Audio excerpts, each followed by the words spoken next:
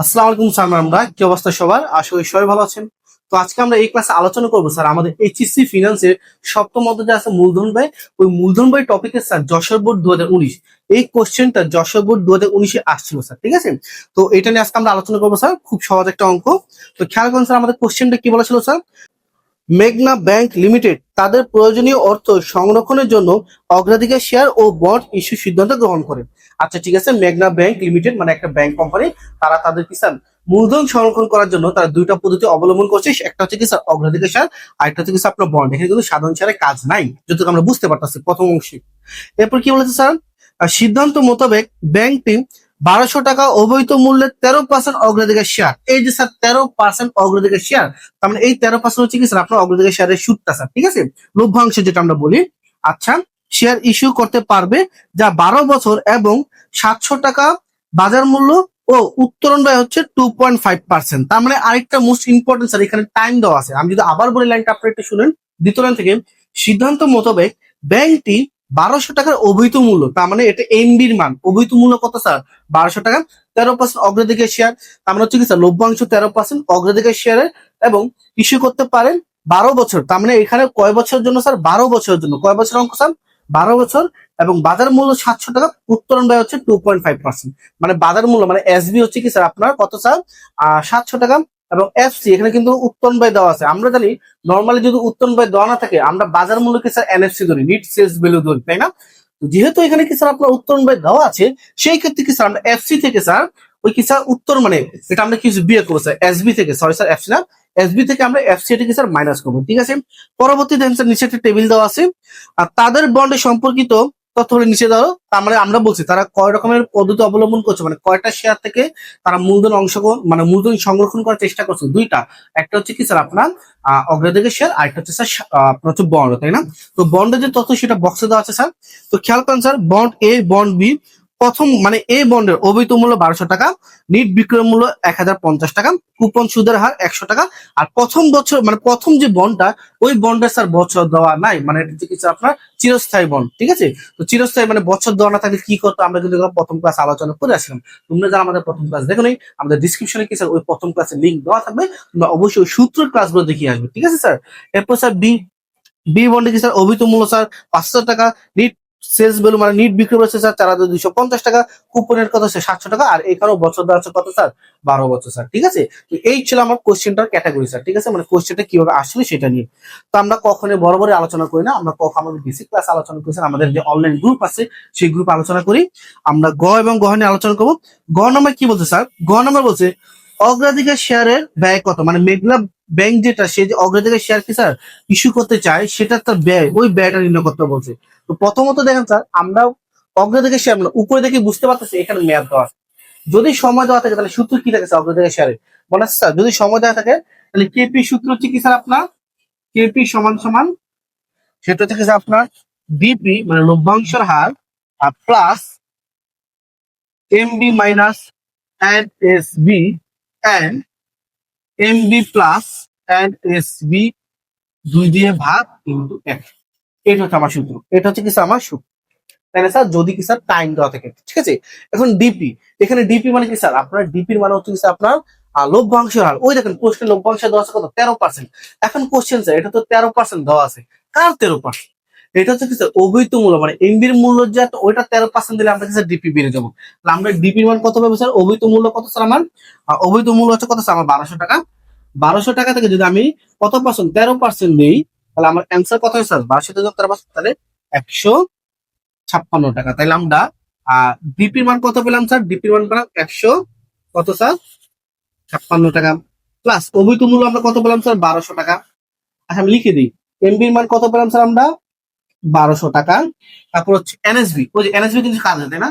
NSB যেহেতু এখানে উত্তর বাইরে দেওয়া আছে, SB minus FC, SB minus SB. আর এসবি কত স্যার বিক্রয় মূল্য? বিক্রয় মূল্য কত? 700 টাকা।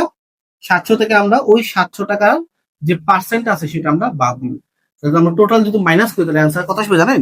অ্যান্সার আসবে স্যার 682.5, ঠিক আছে? তাহলে আমার অ্যান্সার কত স্যার? মাইনাস 682.505, একই কথা।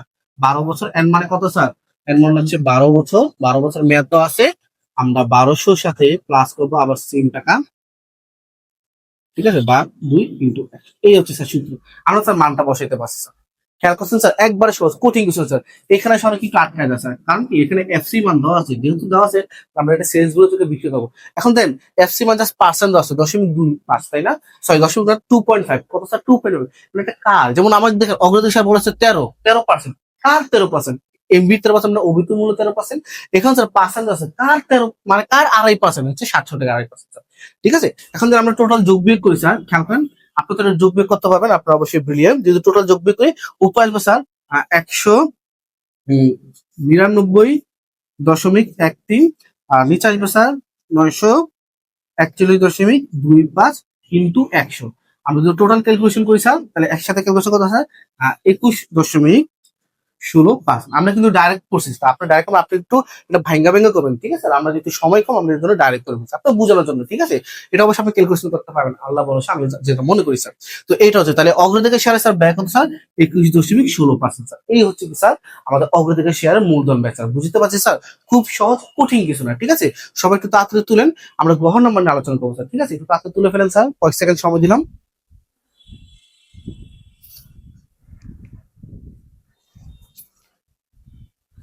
আশা করি স্যার আপনারা তুলে ফেলছেন স্যার। আচ্ছা ঠিক আছে, এখন সবাই একটু কোশ্চেনের দিকে থাকান। আমাদের কোশ্চেনের গহন নাম্বার কি বলেছে স্যার?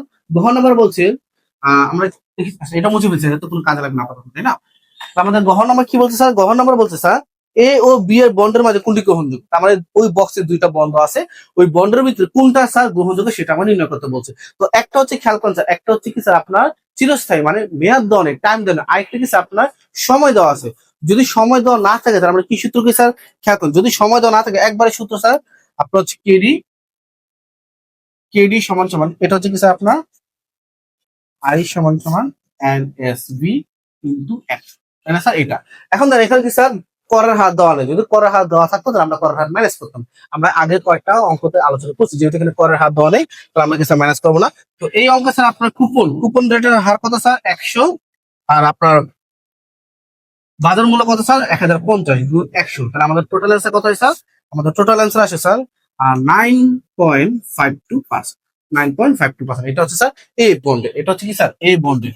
তো এই বন্ডের এই সূত্রের কারণ কি, কারণ এই বন্ডের আপনার হচ্ছে কি স্যার এই বন্ডের কোনো মেয়াদ দেওয়া ছিল না, দ্যাটস ওয়াই কি স্যার এই সূত্র হয়েছে। এখন আমরা বি বন্ডেরটা বার করবো স্যার, কারটা বার করবো বি বন্ডের। তো বি বন্ডের কি স্যার মেয়াদ দেওয়া আছে না, সময় দেওয়া আছে না? তো সময় দেওয়া কি সূত্র স্যার? সময় দেওয়া সূত্র হচ্ছে কেডি সমান সমান 1 plus MB minus NSB by N, MB plus NSB by 2 into 100, তাই না? এখানে স্যার আপনার কুপনের স্যার প্রশ্ন দেওয়া আছে স্যার, কত পার্সেন্ট স্যার কুপনের স্যার প্রশ্ন দেওয়া আছে? সেটা হচ্ছে স্যার 700 টাকা। কত টাকা স্যার আমাদের? 700 টাকা, তাই না? 700 টাকা দেওয়া আছে। আর এমবির মান কত আছে স্যার আমাদের? এমবির মান আছে 5000 টাকা। আর বাজার মূল্য এনএসবি দেওয়া আছে 700 টাকা 12 বছরের জন্য। আবার এটার সাথে আমরা যেহেতু প্লাস আছে প্লাস, আপনার সূত্র তো বুঝতেছেন তাই না? সূত্র বলতে এটা একবারে সমান এই হচ্ছে কিছু আমার অঙ্ক করা, ঠিক আছে? আর আমরা যদি টোটাল ক্যালকুলেশন করি তাহলে উপরে কত হবে জানেন স্যার? 700 প্লাস 62.50, আর এখানে 4,625 ইন্টু 100। আমরা যদি টোটাল ক্যালকুলেশন করি তাহলে অ্যান্সার আসবে 16.49%। এটা হচ্ছে বি প্রকল্পের, আর এটা হচ্ছে এ বন্ডের, মানে বি বন্ড আর এ বন্ড। তো খেয়াল করেন স্যার মূলধন ব্যয়, মূলধন মানে ব্যয় মানে কি আমি বলছিলাম, মূলধন ব্যয় মানে হচ্ছে আপনি মূলধন সংরক্ষণ করার জন্য যেই ব্যয়টা হয় সেটা হচ্ছে মূলধন ব্যয়। তো যদি আপনি এই বন্ড থেকে কি স্যার যদি টাকা সংরক্ষণ করার চেষ্টা করেন, আপনার ব্যাংকে মানে মেঘনা ব্যাংক যদি টাকা সংরক্ষণ করার চেষ্টা করে তাহলে তার কয় পার্সেন্ট দিতে হবে? 9%। আর এখান থেকে কথা বলতে স্যার 16%। স্যার 16% ব্যয় বহন করা সহজ নাকি 9% ব্যয় বহন করা সহজ? 9% সহজ, মানে এটা তুই ব্যয় বেশি, এটা থেকে স্যার ব্যয় কম, তাহলে অবশ্যই আমার কোনটা গ্রহণযোগ্য স্যার? আমার এই প্রকল্প আছে, এই প্রকল্প কি স্যার গ্রহণ করা স্যার কি স্যার গ্রহণ করা উচিত স্যার, ঠিক আছে? তো এইটাই ছিল আমাদের যশোর বোর্ড 19। আমরা নেক্সট ক্লাসে স্যার আরো কয়েকটা বোর্ড কোশ্চেন নিয়ে আলোচনা করবো। তো সবাইকে ধন্যবাদ স্যার।